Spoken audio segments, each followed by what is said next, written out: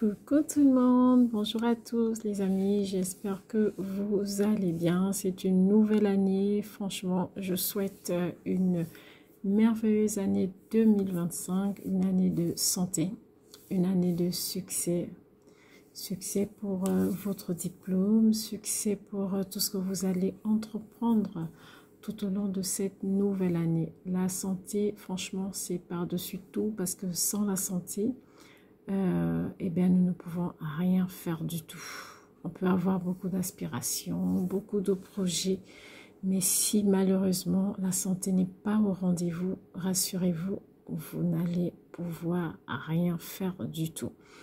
Alors, je veux vraiment vous dire bonne et heureuse année de santé, de succès. Les amis, je sais que ça fait longtemps. C'est vrai, ça fait plus de 2 semaines, je crois, mais bon, beaucoup d'occupations dans la vie de tous les jours. Et voilà, on se retrouve aujourd'hui. J'espère que vous avez travaillé. Là, nous sommes déjà en plein 2025. Cela voudrait dire que dans quelques mois, vous allez vous asseoir pour passer cet examen. Eh bien oui, c'est dans pas loin. Les chronos peuvent déjà s'activer, on peut commencer à compter le nombre de mois qui va rester. Donc, soyez vraiment concentrés les amis, soyez concentrés. J'espère que vous avez déjà apprêté vos fiches parce que on est quand même en janvier. Je me dis, sachant qu'on passe l'examen en fin d'année, chacun de vous, et je l'espère, devrait déjà avoir sa fiche EP1, c'est-à-dire la fiche soins. Par exemple, si vous avez pris le lavage des mains, avoir également apprêté sa fiche activité sur la peinture, pourquoi pas, la lecture, ou même la pâte à modeler ou des gommettes. Tout dépendra de vous, d'accord? Donc, j'espère de tout cœur que cette partie, elle est déjà faite. J'espère que vous avez regardé mes vidéos où vraiment j'ai pris le temps de vous expliquer comment est-ce que vous devez structurer vos fiches. Ne vous faites vraiment pas avoir. Essayez de discuter avec vos académies pour savoir ce qu'il y a lieu de faire, à quel moment vous devez les envoyer, parce que pour certaines académies, il faut envoyer. Pour d'autres, en fait, vous venez avec le jour de l'examen. D'accord? Donc, si cette partie, elle est validée, ben, tant mieux. Vous êtes déjà prêt pour une petite partie. Parce qu'après, il faut aussi, pour ceux qui passent toutes les matières, il va falloir être prêt pour les 8 documents. Donc, les documents d'histoire, documents de géographie et enseignement moral et civique. Franchement, les amis, je pense que pour moi, cette partie était la plus difficile parce qu'il fallait tout étudier sans savoir sur quoi on devait tomber le jour J.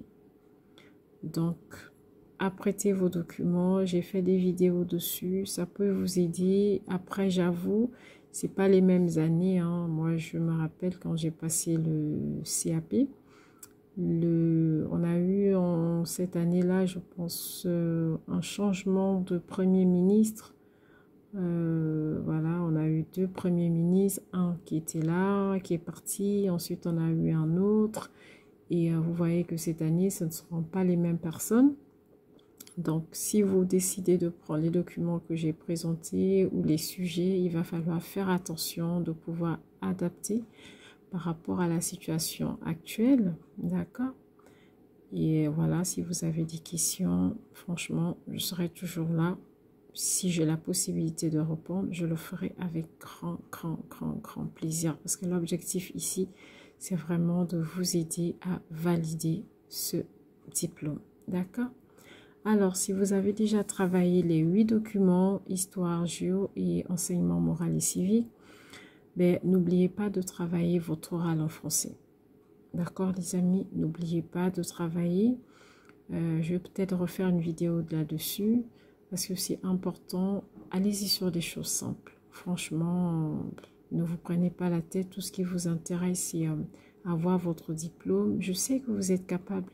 Vous travaillez certainement, ou vous passez des stages, vous avez confiance en vous. Mais souvent, lorsqu'on se retrouve en face des personnes qui nous sont inconnues, ben, on peut tout de suite avoir le stress qui monte. Et je sais de quoi je parle parce que je suis passée par là. Et pourtant, je suis quelqu'un qui a une confiance en soi. Mais quand je sais que je suis en mode examen, ben voilà, je peux tout de suite perdre un peu et ça fait baisser les points.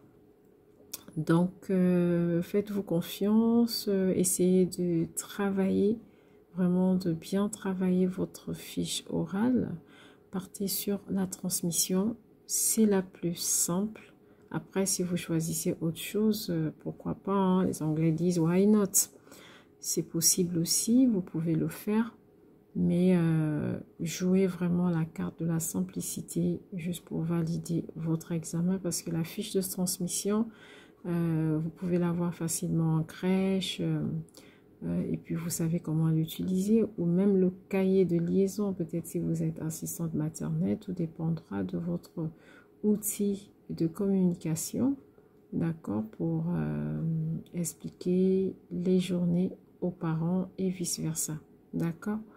Donc voilà, j'ai déjà fait une vidéo sur la fiche de transmission que vous pouvez présenter à l'oral, mais la répétition permet de fixer la notion, hein. Donc je vais certainement vous refaire une vidéo là-dessus, ou alors pour une personne qui me découvre tout juste, ce sera une très bonne chose que cette personne tombe sur cette vidéo qui parlera de la fiche de transmission et cette fiche que vous aurez à présenter. Je me rappelle l'année dernière, ceux qui ont commencé BAM ton CAP avec moi, j'avais une abonnée justement qui était en panique, qui savait vraiment pas quoi présenter en français et la vidéo sur la fiche de transmission, franchement c'était un ouf pour elle.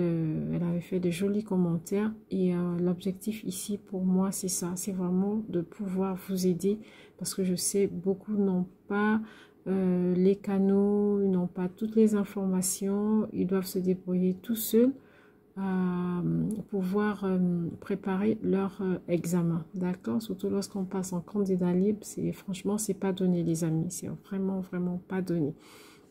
Donc, si cette partie aussi, vous l'avez fait, ben, super. Et puis, pour terminer, c'est vraiment de tout travailler. Pour ceux qui passent toutes les matières, travailler, comment ça s'appelle, les maths, travailler maths, physique, chimie. Je vous assure, j'ai mis quand même beaucoup de vidéos là-dessus. Refaites les exercices, essayez de les comprendre. Si vous avez des problèmes sur un exercice, faites-moi un commentaire. Je prendrai vraiment de mon temps, avec plaisir, je vous assure, de réexpliquer, d'accord? Parce que je compte beaucoup sur vous, je compte avoir de nouveaux diplômés pour 2025, cela me ferait un grand plaisir les amis, d'accord? Donc voilà, c'était un petit point comme ça, c'est 2025 qui a commencé. Alors, il faut recharger les batteries, on lâche rien, on ira jusqu'au bout. C'est vrai, c'est pas facile, c'est vrai, on a peur de certaines matières, mais faites-vous confiance, ça va se faire, ça va se faire. Vous allez réussir. J'ai confiance en vous, les amis, d'accord? Ça va bien se passer. Et rassurez-vous, même si vous validez pas toutes les matières, vous aurez quand même éliminé certaines matières. On ne partira pas sur le plan B. On reste focus sur le plan A, c'est-à-dire on va tout fracasser et on ramène ce CAP. D'accord? Alors, on va faire quelques questions que je pense la dernière vidéo, si je ne me trompe pas, en tout cas parmi les toutes dernières, on était en train de voir un peu des questions, notamment en école maternelle, parce que vous savez que tout ce qui est en EP2, vous êtes dans la peau de l'ATSEM. Donc, il va vraiment falloir comprendre ce qu'on attend de vous en école maternelle en tant qu'ATSEM pour ne pas vous mêler les pinceaux parce que ce n'est pas la même chose lorsque nous sommes en crèche,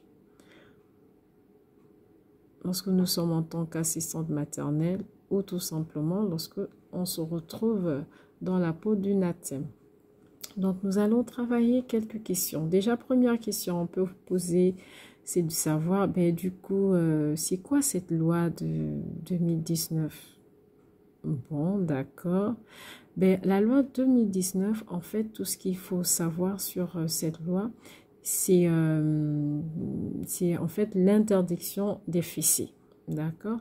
Voilà, donc à l'école, si un enfant a mal fait quelque chose, s'est mal comporté, on n'a pas le droit de corriger par la violence. D'accord? Donc ça, c'est interdit. Et c'est sur cela que se base la loi de 2019. D'accord? Une autre question aussi qui peut arriver, hein, c'est souvent des situations, d'accord? Donc, c'est lors de la sieste, hein, vous avez une petite, on va l'appeler Aline. Donc, la petite Aline pleure et vous vous rendez compte elle vous semble fiévreuse. Du coup, qu'allez-vous faire? Déjà, il faut se poser la question de savoir, suis-je en temps périscolaire ou en temps scolaire? Ça fonctionne comme ça, on ne peut deux. D'accord? Vu que vous n'avez pas, vous avez double hiérarchie. J'ai déjà fait une vidéo là-dessus. Donc, je vous encourage à la regarder pour ceux qui n'ont pas encore regardé. Donc, si cela se passe pendant la sieste, déjà, il faut savoir que la sieste est un temps scolaire. Et vu que c'est le temps scolaire, vous êtes donc sous la responsabilité déjà de l'enseignante parce que vous travaillez avec l'enseignante, d'accord, vous l'assistez. Et vous êtes également sous la responsabilité du directeur de l'établissement, d'accord? Donc, si pendant la sieste, vous sieste, autant pour moi, vous vous rendez compte que la petite Aline est fiévreuse, tout de suite, vous donnez l'information à l'enseignante, d'accord? Comme ça, elle va se charger de prendre la température et de prévenir les parents si besoin pour venir chercher la petite Aline. D'accord? L'enseignant peut bien évidemment aussi vous déléguer, on peut vous demander de le faire, de prendre la température ou alors tout simplement de contacter les parents. Mais ce n'est pas à vous de le faire de premier abord. D'accord les amis? La même situation. D'accord? Donc là par contre, on va dire qu'on est à la cantine. Donc la cantine, on se pose la question toujours de savoir, suis-je en temps périscolaire ou en temps scolaire? Donc, lorsque vous êtes en moment de cantine, les enfants sont en train de manger, ce n'est pas un temps scolaire, c'est le temps périscolaire. Donc, ce temps-là, en fait, vous êtes sous la responsabilité de la mairie, de la collectivité. D'accord? Donc, soit vous avez une équipe avec vous et là-dedans, vous avez une hiérarchie qui a été mise certainement en place par la mairie. Donc, si vous constatez qu'un enfant fait une crise d'allergie pendant le repas, vous allez tout de suite faire signe à votre supérieur hiérarchique. Soit elle prend le relais ou tout simplement, elle vous donne l'aval de pouvoir vous occuper de l'enfant. D'accord? Donc, qu'est-ce qu'il y aura lieu de faire quand un enfant fait des crises d'allergie? Tout de suite, c'est le PAI, hein, d'accord? Donc, il faut prendre le classeur de PAI, regarder, parce que dans le classeur, vous allez toujours avoir le protocole en cas d'urgence, d'accord? Donc, tout ce qui a lieu de faire. Donc, vous allez chercher le classeur, vous allez regarder ce qui a lieu de faire. D'accord? Donc, vous prenez le classeur et sachant que l'enfant se situe au milieu d'autres enfants, donc vous voyez que ça ne va pas rassurer les autres, donc il faut tout de suite mettre l'enfant à l'écart, d'accord? Il ne faudrait pas que l'enfant reste comme ça en spectacle devant les petits copains, ça ne fait pas bien. Donc vous allez chercher le classeur, parce que par exemple votre responsable hiérarchique vous en a donné le droit, ou alors c'est elle qui va le chercher. Mais dans tous les cas, on va chercher le classeur, on va essayer de mettre l'enfant à l'écart, on va l'isoler des autres, d'accord, pour que les petits copains, ils ne restent pas à se poser des questions, oh là là, qu'est-ce qui ne va pas, d'accord. Donc, une fois l'enfant est mis à l'écart, là, vous êtes tranquille pour pouvoir commencer à appliquer tout ce qui a été mis en place comme recommandation, tout ce qui a été donné autant pour moi comme recommandation dans le PAI de l'enfant, d'accord. Donc, une fois c'est fait, vous observez, hein, si l'enfant, ça passe, à ce moment, c'est parfait. Mais si ça passe pas, il faut tout de suite appeler le SAMU et après seulement vous pouvez appeler les parents. Ne vous amusez surtout pas à appeler les parents avant le SAMU.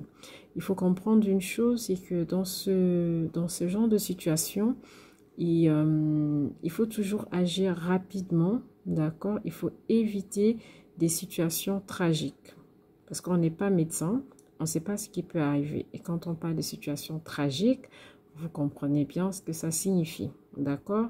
Donc, on a un petit enfant dans nos mains et on ne va pas s'amuser à être médecin. Non, on appelle le SAMU, on a fait ce qu'il y a lieu de faire, ce qu'on nous a recommandé de faire dans le PAI, mais on se rend compte que malheureusement, l'état de l'enfant ne s'améliore pas. Tout de suite, on va appeler le SAMU parce que le SAMU, ils pourront nous dire ce qu'il y a à faire après, d'accord? Et ils vont certainement aussi, et c'est sûr, envoyer leurs équipes pour venir prendre le relais. Et ce n'est qu'après cela que vous allez appeler la famille. Parce que imaginez, vous appelez d'abord la famille, mais qu'est-ce que la famille va pouvoir faire? Ils vont venir, voilà, je ne sais pas combien de temps après, et puis vous faites quoi entre-temps? Vous regardez l'enfant? Non. Donc, vous appelez le SAMU, et une fois c'est fait, après seulement, vous pouvez appeler les parents. Comme ça, soit les parents, si le SAMU est déjà sur place, ils vont peut-être les retrouver, les rejoindre à l'hôpital où l'enfant sera transporté, ou tout simplement, ils trouveront le SAMU sur place. Mais il faudrait que les premiers gestes, d'accord, soient déjà effectués, d'accord? Donc, voilà des situations qui peuvent arriver et souvent, c'est des situations pièges à l'examen. On peut vous donner des situations comme ça. Ne vous jetez pas, soyez zen, comprenez déjà si on est en temps scolaire, en temps périscolaire, s'il y a urgence, si j'appelle pas d'abord la famille, j'évite une situation de tragédie, j'appelle d'abord le SAMU, surtout lorsque ça va pas. Maintenant, si vous avez appliqué le protocole et que ça va, vous pouvez appeler les parents après pour dire voilà, l'enfant a fait une crise, elle va bien, elle est là. Bon, ils peuvent venir la chercher s'ils veulent, il n'y a pas de souci. Mais vous pouvez quand même tenir informé. Ça, c'est vraiment quand tout s'est bien passé et que l'enfant récupère sans problème. D'accord? Voilà, on va pas faire beaucoup de questions. C'était un coucou du Nouvel An parce que ça fait quand même 2 semaines qu'on n'avait pas fait de vidéo. Donc, c'est vraiment une vidéo d'encouragement, les amis, vous dire que vous allez la voir, ce CAP. Il faut travailler et tout va bien se passer. Alors, sur ce, les amis, je vous dis à très, très, très bientôt pour une prochaine vidéo. Au revoir et surtout, prenez soin de vous.